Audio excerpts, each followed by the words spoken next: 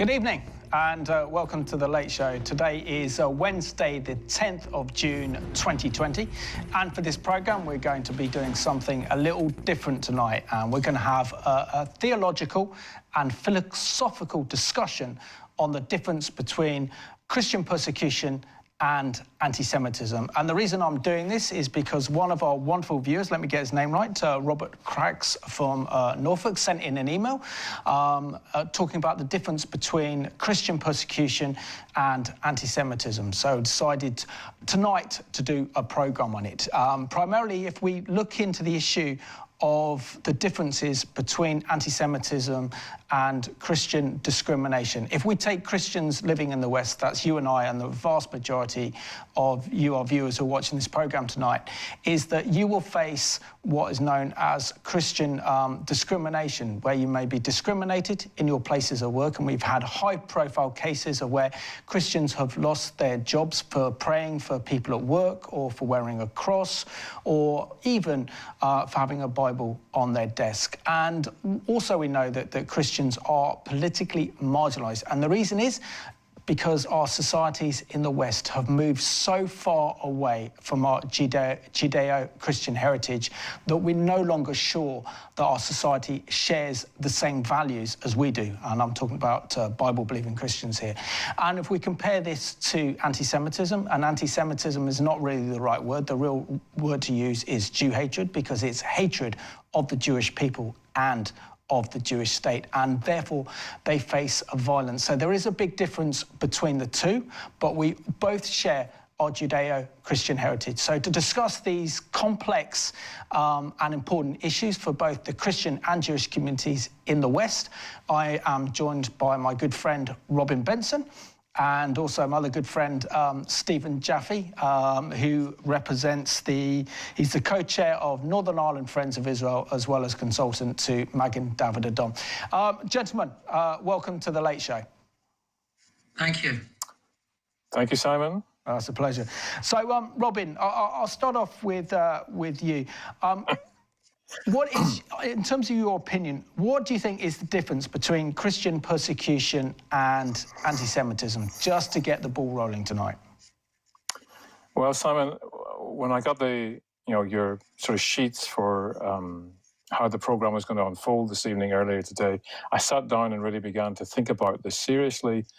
And it's not an easy question to answer because it's a complex issue with lots of strands attached to both topics. But if we want to take it back to a theological or a biblical basis, then I think we have to go back to, literally, to the book of Genesis, the first book of the Bible, and chapter 3 and verse 15, we're post Adam and Eve's getting conned by the serpent, this picture of the adversary, Satan, the devil, whatever terminology you want to use. So that's the backstory. Then you get to Genesis 3:15, and God says to Adam and Eve and to the serpent, I will put enmity between you, that's the serpent, the adversary, and the woman, between your offspring or your seed, depends on your translation, and her offspring or seed. He will bruise or crush your head, and you will bruise his heel. So God's purpose in sending what someone has called the crushing one is to punish the adversary for what he's done and to set things right. And eventually, we know the story, God chooses the descendants of Abraham, Isaac, and Jacob, the Jewish people, in other words, to be the ones through whom this crushing one, they then become the target of the enemy of God as he tries to prevent the arrival of the crushing one. So you get the story of Egypt and the Exodus, Pharaoh trying to destroy all the males in the human race, or in the Jewish race. The Jewish people in slavery in Egypt. You've got the story of Haman and Esther during the Persian Empire. You've got Antiochus and the Maccabees.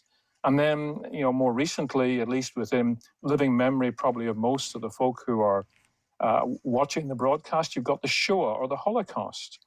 And post-1948, you've got repeated Arab-Muslim attempts to destroy the modern nation-state of Israel since 1948. And behind these exterior threats and the conflicts lies this attempt to thwart the eternal purposes of the God of heaven.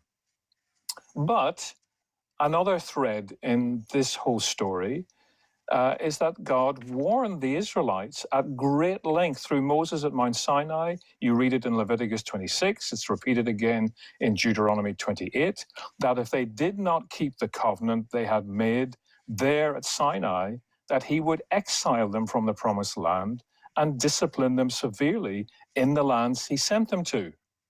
And then within all of that, yet another strand, the persecution of the Jewish people by the Christian church. And I mean the church in the widest understanding of that word, either directly or indirectly, down through the centuries since about 300 AD.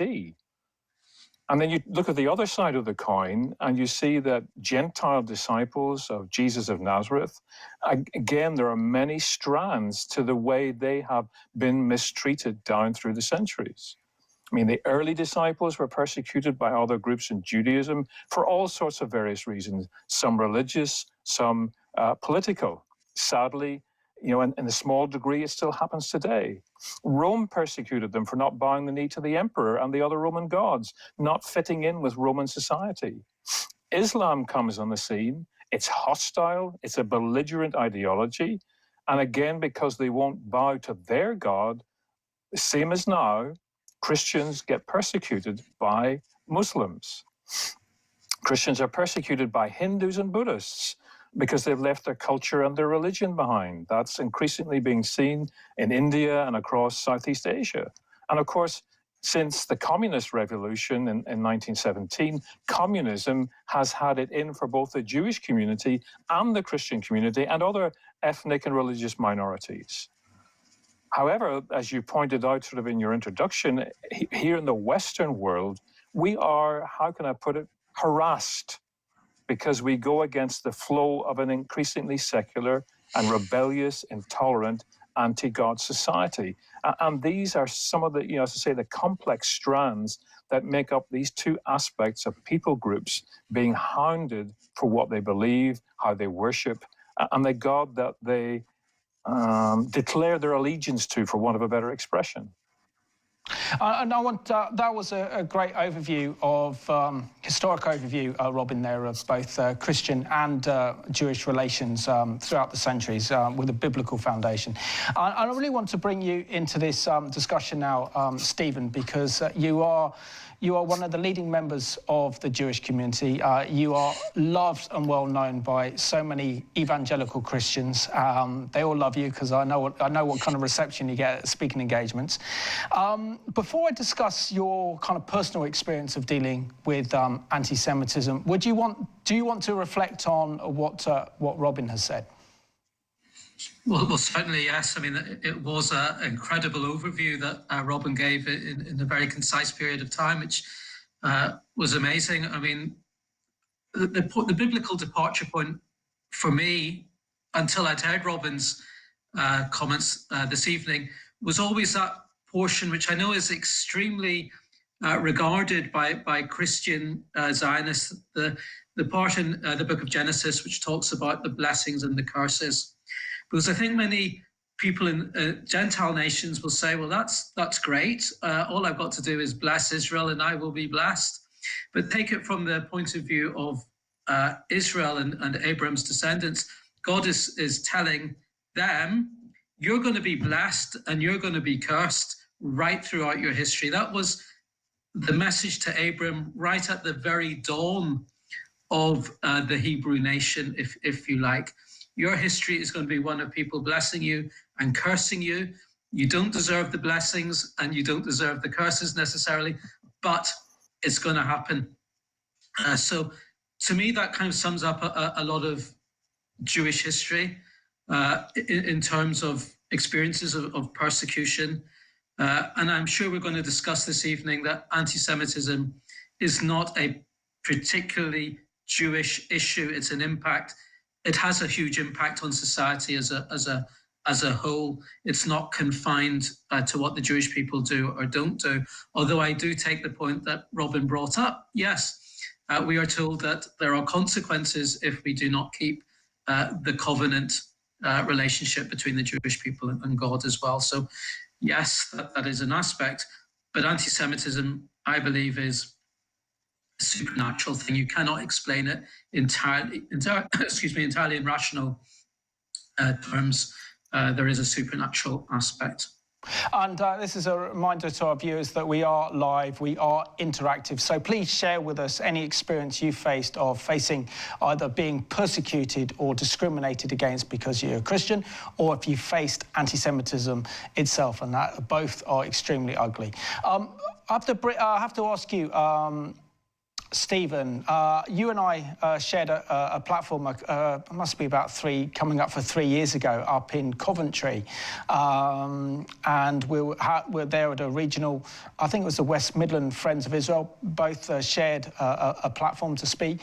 And you got abused in the city centre because you actually wore a kippah, which is a skull cap, and were seen as being visibly Jewish. Can you share what it's like to actually experience anti-Semitic abuse because you're Jewish? Well, that was, I think, quite unusual because it was anti-Semitism on the street. It doesn't happen to me that often. I would say twice a year, something like that. So it still has a capacity to shock when it happens. In the particular case that you're mentioning, a man, and he was no youngster. This is a middle-aged guy, white, English, said to me, "Hitler didn't kill enough of you lot." That was on the street in Coventry. Now, you're right, we had a fantastic meeting that evening in Coventry, so I don't want to say anything against the city of Coventry. It was a fantastic meeting we had that evening, but that was a very sharp experience of anti-Semitism on the street in the middle of the day, and that kind of verbal abuse is sadly not unknown. But a lot of the anti-Semitism that I encounter through my work, because I'm monitoring anti-Israel extremism on behalf of Jewish community organizations, and that kind of, I'm not talking about criticism of the Israeli government, I'm talking about a visceral hatred of Israel, and that often offends all decency, crosses over to crude, old-fashioned anti-Semitism in many cases. So I see it online a lot. Sadly, I've had to deal with cases of, for example, desecration of Jewish cemeteries, attacks on synagogues, on Jewish property. So it's shocking. It's on the increase. Statistics will show, produced by the Community Security Trust, which is a Jewish organization tasked with monitoring anti-Semitism and responding to it. The figures show that they're on a high, well over 1,000 incidents, reported incidents, I should say, a year. So it's happening in the UK, it's happening across Europe. In the United States, where the Jewish community felt very safe, we've seen violent and murderous anti-Semitism with attacks on worshippers in synagogues, and unfortunately many people murdered. So this, if you like, echoes what I'm sure we're going to talk about as well this evening, about the martyrdom of Christian communities across much of the world, facing violent persecution, which thank God we haven't seen in this country, in the UK. But the signs are there, the telltale signs of growing hatred, growing division, fear. We're seeing that so much at the moment in the current situation that we're in. So yeah, it is a topic relevant to us here in the UK, even if we haven't seen that kind of sharp, violent anti-Semitism or anti-Christian persecution, which tragically exists in other parts of the world. Stephen, I just want to thank you so much for sharing what you shared there, because we are all appalled at Jew hatred, and it is irrational, it is disgusting, it is immoral, and especially the contribution that the Jewish people have given to humanity is just absolutely incredible, and that's something that should be celebrated. Robin, what is your response to what Stephen said about his own personal encounter with facing Jew hatred himself? And as Christians, we have a massive debt of gratitude that we owe the Jewish people. Firstly, for giving us the Bible, the 10 Commandments, which is the foundation of our entire legal system throughout the world. We have the Jewish people to thank for the patriarchs, for the prophets, for King David, the Psalms, and of course for us, Yeshua HaMashiach, our own Messiah, as well as the apostles and the entire New Testament. As Christians, don't we owe the Jewish people a debt of gratitude to stand up against this rise of Jew hatred? And according to the latest Community Security Trust statistics, 2019 was the highest on record. Yeah, Simon, I just disgusted at the way Stephen, and I know other Jewish people are treated the same way, that should happen in this nation, you know, and when it was 2017, it's just unbelievable. And the fact that an organization like the CST, the Community Security Trust, has to exist to guard, protect Jewish schools, synagogues, Jewish community buildings. You know, we have to ask ourselves as a nation, what state have we slidden into that's the case, that even an organization like that has to even exist. And you know, as both you and Stephen have pointed out, you know, you try to explain these sorts of incidents and the uptick in Jew hatred incidents in this country in the last few years. You try to explain it morally, you try to explain it socially, you try to explain it politically, and you can pick and choose bits and pieces, but actually, as Stephen pointed out, there is no rational reason for any of it. None of it. Absolutely not. And you know, I'll come back to the point, and Stephen raised, you know, in his response to me earlier, this is at heart a spiritual issue. You know, and I go back to a lot of what I said in my opening remarks. It is a spiritually based issue. And when you actually sit down and ponder it and think it through, hatred of the Jewish people is a manifestation of rebellion and hatred against the God of Israel because of the things I said right at the beginning. The thing is that most people who behave this way, who, you know, put this stuff up on social media, who verbally attack Jewish people in the street, and worse, have no understanding that by their own choice, so they're not being let off the hook by what I'm saying, but by their own choice, they have actually sided with the adversary. They have sided with the enemy of God, and unbeknownst to them, they're actually doing his bidding.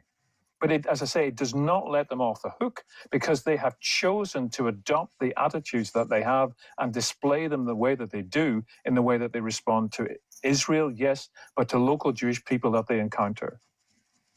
Right, I want to thank you for sending in your text messages and emails. I'm just going to read this one out from Martin, who says, hello, good evening to you all. I'm a trainee priest alongside of my priesthood at a monastery. I work at a call centre and I have a Bible at my desk, and I'm allowed to do that.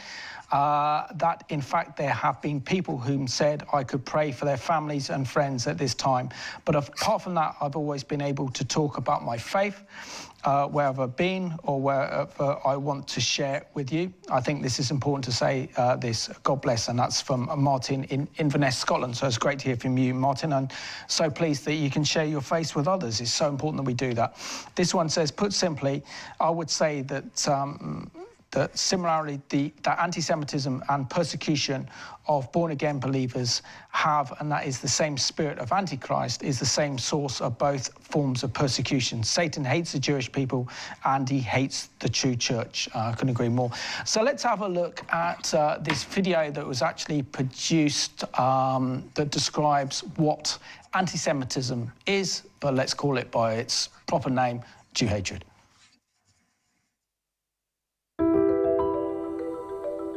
Anti-Semitism is another word for hatred of Jews.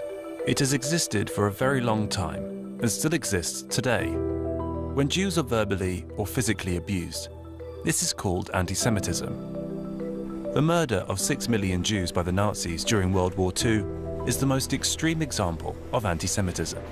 But how did it come about? And how do you recognize anti-Semitism? But first, what makes a person Jewish? You are Jewish when you have a Jewish mother. Many Jews are religious, but there are several different movements within Judaism, and you can also be Jewish without believing in God. Many Jews see themselves as part of the Jewish people. Jews live all over the world. That has been the case for 2,000 years, ever since the Romans took the Jews into slavery and brought them to Rome in the year 70 AD. After this, Jews spread out all over the world. Jews are a small minority in many countries. Often they are farmers, traders, or laborers living together peacefully with the other people in the country. But often, Jews were forced to live separately, isolated from the rest. Sometimes they lived in a ghetto, a closed-off neighborhood within the city. During the Middle Ages, the era from the year 500 to 1500, Jews were also a minority in Europe. Most people in Europe were Christians, and they had little contact with Jews. Old prints showed that Jews were viewed as different, or that they were hated even. Christians did not like that the Jews had a different religion, and that they did not see Jesus as their Savior and the Son of God. Some Christians even saw Jews as the people who murdered Jesus. Jews also had different customs. That is why Jews were often discriminated against, and many professions were prohibited to Jews. But they were allowed to work in trade and finance. The negative image of Jews continued to exist beyond the Middle Ages. When a country was not doing well, negative stories about Jews started to appear. They were excluded and even persecuted. Because a small but visible group of Jews was working in trade or finance, they were accused of being power-hungry, causing all kinds of ghost stories about Jews to appear. These stories were handed down from generation to generation and became deeply rooted. During the 20s and 30s of the 20th century, Hitler and the Nazis used these old ghost stories. They made Jews into scapegoats. For example, Hitler accused Jews of being the cause of the economic crisis. Losing World War I was also their fault, according to Hitler. Hitler and the Nazis saw the world as a struggle between the human races. More and more people started to believe that Jews caused problems and that the Germanic people were better. Wenn es dem internationalen Finanzjudentum in und außerhalb Europas gelingen sollte, die Völker noch einmal in einen Weltkrieg zu stürzen, dann wird das Ergebnis nicht die Bolschewisierung der Erde und damit der Sieg des Judentums sein, sondern die Vernichtung der jüdischen Rasse in Europa. In 1933, Hitler and the Nazis came to power in Germany. They took more and more measures to discriminate against Jews. For example, Jews were not allowed to marry other Germans anymore. People were also called upon not to buy from Jewish-owned shops anymore. In 1939, World War II started.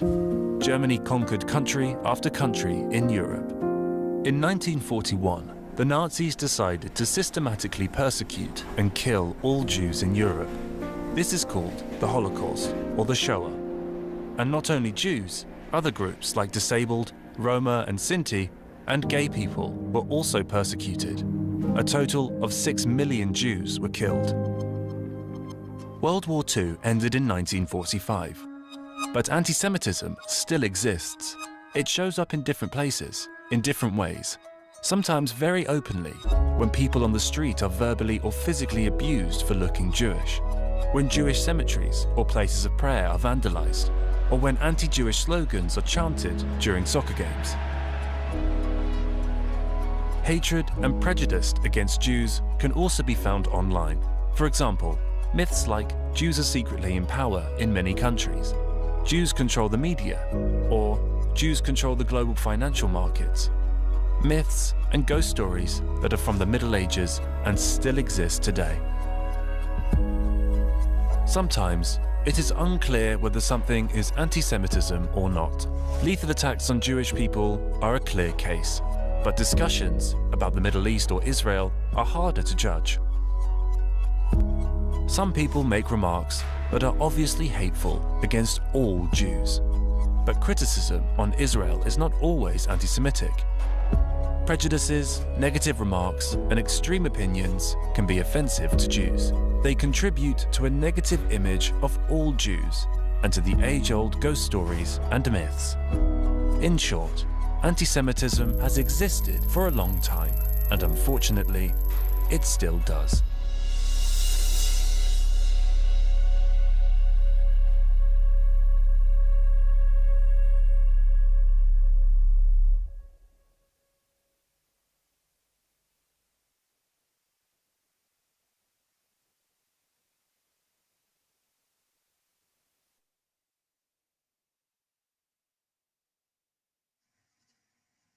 And excellent video there was produced by Anne Frank's Museum, talking about historical anti-Semitism as well as where we are now in terms of Jew hatred. Stephen, I want to come on to you because you have done so much to strengthen Jewish-Christian relations in the UK. And like I said before, you have so much support amongst so many evangelicals that love you and support the incredible work that you're doing. But what are your thoughts on Christian discrimination in the West and also the genocide that so many Christians face in the Middle East and throughout the world? And when we're talking about the Middle East, the Christians on the verge of being ethnically cleansed, as the Jewish people were from the Middle East, and that took place in the late 1940s and early 1950s, around the time that the modern state of Israel was recreated on the 14th of May, 1948. Well, I think those events are so closely connected. The expulsion of the Jews in the late 40s and 1950s from across the Arab world, and today's persecution of Christians and other minority groups, for instance, the Yazidis and others. Why do I think that they're connected? Well, a society that kicks out its Jews, as we've said, that anti-Semitism never ends by being against the Jews. It impacts on the wider society. And what the Arab world lost when it expelled the Jews from Iraq, where there was once well over 150,000 Jews. Today there's fewer than 10 Jews in Iraq. Or Yemen, where there was 40,000 Jews. Today there's fewer than 100. Right across North Africa and the Middle East, that expulsion impacted on the Arab world culturally, educationally, economically, and yes, spiritually. And once that is let out of the bag, well, these societies have experienced turmoil internally between Sunni Muslims, Shia Muslims, various ideologies, coups, instability, economic distress, and then right up to our own period, as you say, ethnic cleansing of Christians, physical expulsion, forced conversions, mass murder, all happening in our world today. Christians are being martyred in greater numbers now than perhaps any time in their history. That's not just in the Middle East, it's in Pakistan, it's in Korea, it's in China, persecution there. So this is an era of intense persecution. And it concerns me, Simon. It concerns me hugely as a Jew because we have been there. We know what it's like to try and convince the world to take action in the face of genocide and how difficult that can be. We have a media in this country which focuses on its own agenda and the stories that it wants to promote. To get other stories in there is very, very difficult, even when it is a matter of life and death for tens of thousands of people. And that is a challenge which I believe the Jewish community has to stand with its Christian neighbors and friends to give you the encouragement to speak out, to speak alongside you, and to ensure that we bring this issue of such pressing importance to the attention of our government, of our wider people. And I think so much more needs to be done, if I'm being honest. Absolutely. Just going back to your text messages and emails, this is from Michael, who writes a kind of interesting email, which is British, English or foreigner. Good evening, Simon and guests. Interesting programme. One thing I need to point out in this country, not just the Jews, but anyone who comes from another country to the UK, regardless of how long you've been here, you are a foreigner. You will never belong as one of the English community, and unlike America, you are an American. You are called an American regardless of where you're from. Michael, well, let's get this right. It's very difficult to define who is English, because if we go back the centuries, England is a melting pot. It's a mixture of Romans, Italians, Anglo-Saxons from Germany, French when the Normans come over here. So there isn't actually anything that described as being English. And your reference to Americans describe them as Americans, they don't. Americans describe themselves as American Italians, or American Jews, or American Poles, or American Germans, or American Brits. That's how they describe themselves. So you need to do a little bit more research, I think, from that one. This one is a text message, says, "Hi, Simon. Can't stand Jew hatred. On the back of the Black Lives Matter, how about organising similar protests under the banner Jewish Lives Matter? Why not? Surely the principle is identical. Great show, as always. Thanks." And Simon, that's from Jeff. So I really appreciate that, Jeff. And, you know, we have to stand up against the rise of Jew hatred. And I think the Jewish community has done a brilliant job in calling out the former leader of the Labour Party, Jeremy Corbyn, and his party for failing to tackle the issue of anti-Semitism. I want to bring you back into this one, Robin, because after what Stephen said, particularly about the persecution that Christians are now facing in the Middle East and other places like North Korea and China, there is a big difference, isn't there, between our brothers and sisters here in the West who face that cultural marginalisation as Christians because we believe in the Bible, so therefore we no longer fit into this very secular, militant society that we're particularly seeing in Britain and in Europe merge, which is so far away from our Judeo-Christian heritage. But if you're a Christian in the Middle East or North Africa or China, you face almost a death penalty for being a Christian. Why don't we need to speak out more upon our fellow persecuted brothers and sisters that face so much persecution? Well, you sort of answered the question, Simon. You know, in asking it. I apologise. No, that's okay. It's not a problem. It's not a problem. Because okay, we divide the world into two halves. I mean, it's very generalizations. But you have the third world, or probably what better called the developing world, where still today, you know, as Stephen has already pointed out, you ultimately risk your life for being a disciple of Jesus.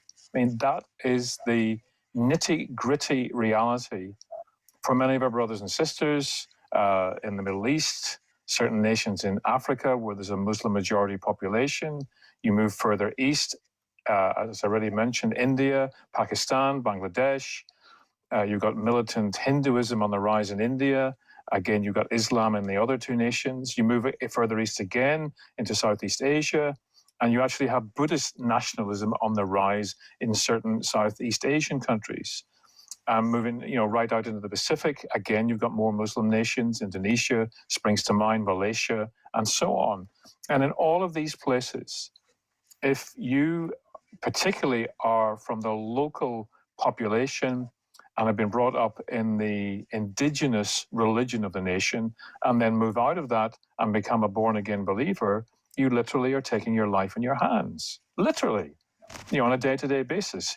I mean, you certainly will be discriminated against in all sorts of ways, but you're literally laying your life on the line. Whereas here in the Western world, you know, New Zealand, Australia, North, South America, most of Europe, Scandinavia, at the moment, and I mean, I emphasize that, at the moment, who knows what's around the corner? You know, and the things that we've seen here in the last 4 or 5 months, you know, we really have no idea what the future holds. But at the moment, you risk being, how can I put it, inconvenienced, harassed, maybe, but socially, culturally, economically, legally, your life will be made very difficult. But you won't be risking your life as a follower of Jesus. And that's the stark contrast between the world that we in this program and most of the folk who are watching it, inhabit, and then you move out of the comfort of Western Europe and into the rest of the world, and it's a completely different story. Absolutely. Let's have a look now at this excellent report that was put together by CBN that looks at the demise of Christianity in the West to be replaced by paganism. More than 9 in 10 Christians who responded to a Premier Christian Radio survey said they feel their faith is being marginalised by society. The State of the Faith survey also found that nearly half of respondents said they have personally experienced prejudice as a result of their faith, and over a quarter said they feel unable to be open about their beliefs in the workplace. The survey had almost 12,000 respondents. Peter Kerridge, Chief Executive of Premier Christian Radio, believes it shows that we are not the liberal, accepting society we think we are if we don't tolerate and accept everyone, including Christians, adding, people of faith from all religions should be allowed to live and work in freedom. Deputy Director for Public Affairs at the Christian Institute, Simon Calvert, said he was not surprised to hear Christians feel marginalised. Well, in the kind of work that we do, the casework and the campaigns, this is what we find all the time, of course. People will know that we've been closely involved in supporting the MacArthur family in the Ashes Baking Company case, and that's just one example of Christian people simply trying to be faithful to a mainstream Christian position who found themselves under considerable pressure.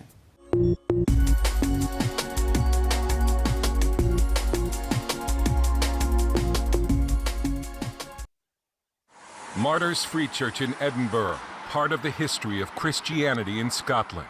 Today it's Frankenstein, which describes itself as both a family-friendly venue and a place for stag parties and bar-top dancers.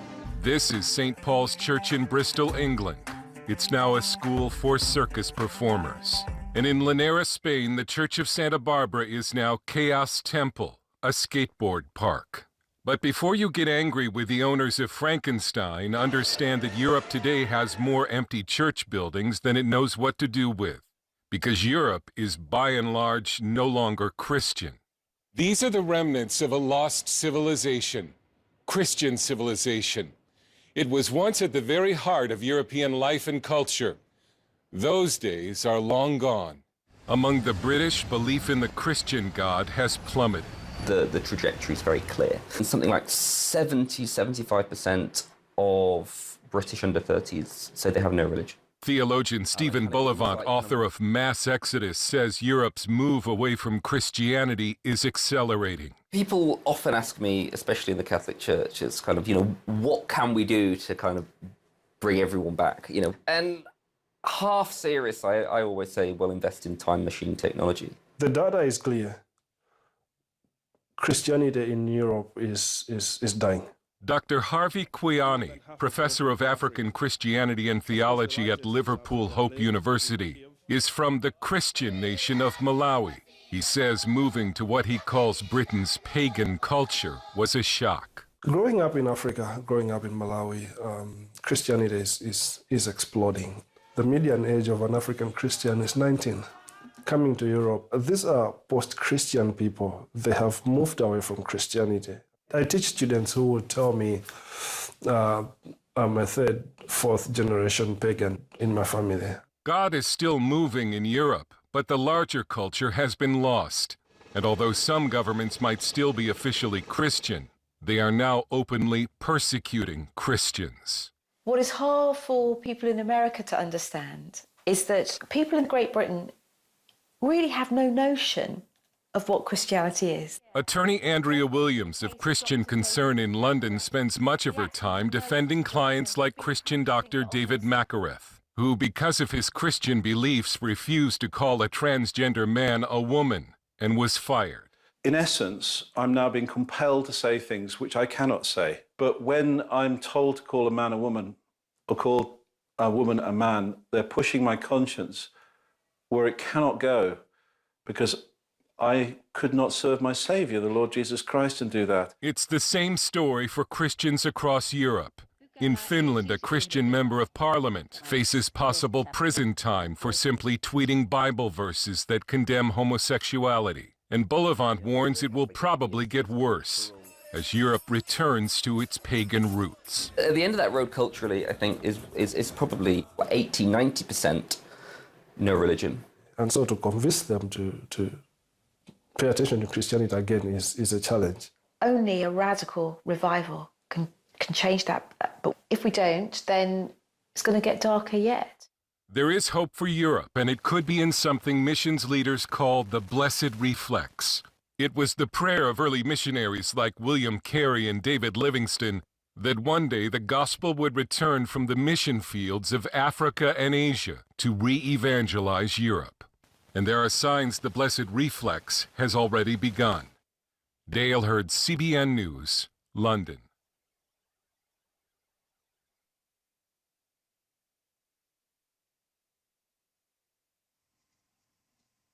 And that gives us a kind of great understanding of the challenges that Christians face in Western Europe and Britain today as our nations move away from their Judeo-Christian heritage. I just want to read out a few more of your emails. This is from Kentra, who writes, all this hatred against the Jewish people is all led by the anti-Jewish media. The media are very powerful and people are unthinking that they have kicked out God in their lives, so they have little understanding of history. People are being brainwashed, and I feel so sorry. So thank you for that one. And this one's an email, says, hi Simon, how are you? My husband and I are both Jewish, and we regularly watch the Middle East Report. Your show tonight is particularly relevant at this time. I'm on Twitter to stand up for Israel and to counter anti-Semitism. More recently, I've seen more and more vile posts in Twitter, and I've reported them to the CST and the Charity Campaign for Anti-Semitism. The CST have been very quick to act on the more serious posts. Posts I've reported to Twitter have not always been taken down, and there seems to be a rather casual attitude towards the issue. Do your guests suggest we counteract anti-Semitism in public platforms like Twitter and Facebook? There seems to be a growing issue. Great show tonight. Regards, Dave and Miri. So thank you both for sending in that email, which is a very important issue. I think that's an important issue in itself, and in terms of how do we deal with social media and the rise of anti-Semitism. And this is where we see that some of the darkest places when it comes to Jew hatred is coming from social media.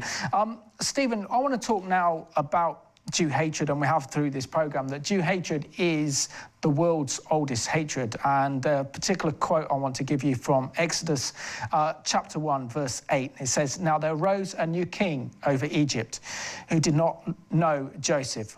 And he said to his people, look, the people of the children of Israel are more mightier than we. Come, let us deal shrewdly with them, lest they multiply. And it happened in the event of war that they join our enemies and fight against us. So they go up out of this land. So we've had this, the story of Moses and how he delivered the people of Israel out of slavery and slavery in Egypt into the Promised Land. We have stories, for example, that Robin mentioned earlier, the book of Esther, where Haman tried to ethnically cleanse the entire Jewish people throughout the Persian Empire. We've had pogroms, we've had expulsions, we've had the Holocaust. What impact does this all have on the Jewish psyche, particularly as we remember 75, 80 years ago, the end of the show in which over 6 million precious Jewish lives were murdered at the hands of the Nazis on an industrial scale. So what is the psychological impact on the Jewish people? It's interesting because it's a community I live in, grew up in, and many things perhaps aren't said. But you referred, Simon, to the issues around Jeremy Corbyn and the Labour Party, and it's almost seems like ancient history now, but we're only talking about December when there was a general election in this country. It seems such a long time ago when issues of anti-Semitism, which had been sort of suppressed, became headline news, mainstream political significance in our country, anti-Semitism. And there I heard from Jewish neighbours, family members, friends, people talking about, do we have a future in this country, meaning the UK? That's what people were thinking. They were facing up to the prospect that we would have a prime minister who was anti-Zionist to the core, who had, through his leadership, given, if you like, license for all sorts of people from the hard left, sometimes crudely anti-Semitic. We'd seen Jewish MPs in the Labour Party subjected to horrendous anti-Semitic abuse, with the leadership of the party turning a blind eye at best to it. So the question is, what is the impact of all of this? Well, I think it came to the fore then. I saw something that I had never seen in my lifetime, which was on the face of it, a very settled Jewish community, third generation, fourth generation, feeling, by the way, very British, contributing a lot to this country, feeling very integrated, having to come face to face with the idea that we could have anti-Semitism at the heart of government in this country. And that, I think, brought out the impact of centuries, really, of marginalization, persecution, and genocide 70 years ago. So yes, it has had an impact. And the answer I'm giving you now, I think, is a lot more clear in my mind than it was before the whole politics around Jeremy Corbyn, which brought lots of things, I think, to the surface in how Jews spoke to each other on Friday night dinners with their family around us, thinking, do we have a future here? Should we be prepared to leave this country? So I think that answers your question. Stephen, I think it's very important. I had the opportunity a few years ago to interview the late Robert Rittstrich, one of the world leading experts and academics on the issue of Jew hatred. And he said something very profound that stuck with me ever since, that what starts with the Jewish people never ends with the Jewish people. In other words, if we as a society and as a nation allow anti-Semitism to go on without being challenged, then yes, this does hurt and does damage to the Jewish community in particular, but it also has a wider impact and also sows the seeds for our own society's destruction. How important is that concept in the fight and the battle against Jew hatred? Well, it should be central. I mean, you started off previously with a quotation from the book of Exodus and Pharaoh trying to destroy the Jewish people. Look at the impact on Egypt. We hear about the plagues. It brings curse to the country. You mentioned the book of Esther and Persia. Well, if you look towards the end of the book of Esther, it doesn't hold back on the impact on the Persian people who were prepared to rise up and annihilate the Jewish community there. We've talked about, the Nazi period, as you say, perhaps not in the lifetimes of every viewer, but certainly in their parents and grandparents, which brings disaster not just to the Jewish people, but to the entire Europe, brings the World War. Millions die beyond the 6 million who were murdered in the Shoah. So in each case, and I mentioned before about the Arab world expelling its Jewish population and its impact on them. So the point you're making is this has an impact on society. It is often, I think, the kind of the test, if you like. If there's something wrong in society, anti-Semitism comes to the fore. And the follow-on from that, which you suggested, Simon, is that it's not just a problem for the Jewish community to counter and face on its own. It really requires our friends in the wider community to stand with us, because we're a small people, and I think this is a very important point. Globally, 14 million. In the UK, maybe 250,000. We're not the biggest community. We need our friends, and this is why you've spoken very kindly and generously about the work that I do in establishing friendship between Jews and Christians in this country. But that is vital. It's vital for the Jewish community as much as I believe it is beneficial to the Christian world that we stand together, because anti-Semitism is most definitely capable of bringing a curse to an entire nation and entire societies. I've mentioned 4 or 5 examples. I could mention a lot more. So it is a pattern throughout history. And therefore, we need to stand together as Jews and Christians about anti-Semitism and also persecution against Christians around the world. So we've got 5 minutes left of the programme, so kind of need to summarise, really. I'm just going to read out a couple more emails. This one says, "Hi, Simon.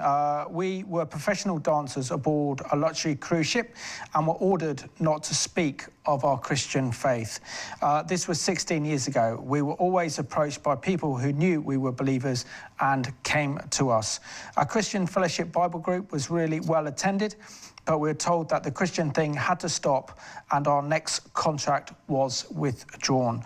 The Lord allowed it to happen. We knew it was coming. Thank you so much, Simon, for all that you do for Revelation TV." And that's Brian and Angela. I'm sure that because of what you went through, the Lord would have replaced it with something so much better. So I have to ask you, Robin, because we're coming down to the end of the programme, why is it imperative that Christians who have a theological and biblical understanding of God's plans and purposes for Israel and the Jewish people have to show that practically by standing with Israel and the Jewish people, particularly as we're seeing an unprecedented rise of Jew hatred around the world?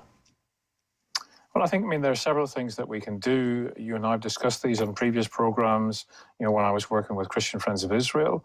Earlier, I think it was Stephen you touched on the whole issue of today's social media. We mustn't let people away with Jew hatred on social media. I know it's very difficult sometimes to engage with folk, and sometimes you just have to stop arguing with them because some people won't, they won't stop arguing back. We mustn't let politicians away with it. We mustn't let the mass media away with it. And we certainly, as believers in Jesus, must not let the church away with it. So, for some of us, that means we need to get connected to organizations that take a stand against the hatred of the Jewish people in Israel. Whatever that organization is, and there are plenty Christian ministries, who will welcome support because they're looking for support so that they can stand themselves with the Jewish community. If you live in an area where there is a Jewish community, get to know them. Let them know. Stephen's already alluded to it. The Jewish community in this country for years has felt alone and beleaguered. And thankfully, there are ministries, Christian ministries, who have risen up to the challenge to get alongside them with no other agenda other than to show them the debt that we owe to them and our willingness to stand with them. And, of course, as believers in Jesus, we pray, meet with others to pray for Israel and the Jewish people. But I've said this many times on programs with you, Simon, praying is not enough. And in Judaism, it's more important to do something. Get up off your bottom and move around and do something that actually physically shows to the Jewish community that you are with them. It means taking a risk in some cases, but it's important. Yeah. Robin, I just thank you so much. And Stephen, within 30 seconds, how important is it that Christians stand with the Jewish community and with Israel at this time?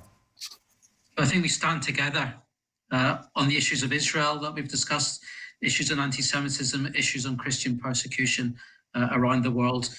Together, we will achieve more. I know that. And I want to thank you, Simon, for the platform tonight and so often that you give to the Jewish community and the issues that we face. And I believe things are really in a much better place than even 5 or 10 years ago in terms of Christians and Jews standing together in the UK, and we need to push this forward.